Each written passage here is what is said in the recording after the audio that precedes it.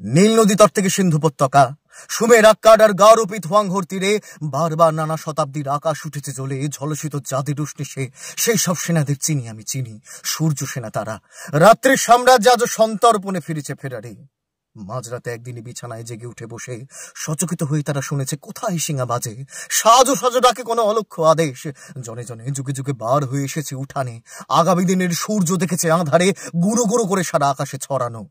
সহসা জেনেছে তারা এই সব সূর্যকণা তিল তিল করে বয়ে নিয়ে যেতে হবে কালের দিগন্তে। রাত্রির শাসন ভাঙা ভয়ঙ্কর চক্রান্তের গুপ্তচর রূপে এক একটি সূর্যকণা তুলে নিয়ে বুকে দোরাসার তুরঙ্গে সওয়ার দুর্গম যুগান্ত মরু পার হবে বলে তারা সব হয়েছে বাহির।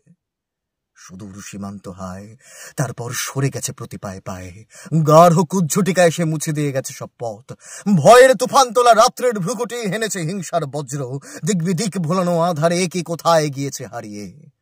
রাত্রের সাম্রাজ্য তাই এখনো অটুট। ছড়ানো সূর্যের কণা জড়ো করে যারা জ্বালাবে নতুন দিন তারা আজও পলাতক, দল ছাড়া ঘুরে ফেরে দেশে আর কালে।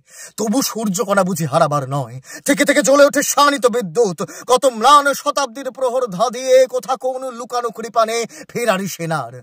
এখনো ফেরারি কেন? ফেরো সব পলাতক সেনা। সাত সাগরের তীরে ফৌজদার হেঁকে যায় শোনো। আনো সব সূর্যকণা রাত্রি মোছা চক্রান্তের প্রকাশ্য প্রান্তরে। এবার অজ্ঞাতবাস শেষ হলো ফেরারি ফৌজে।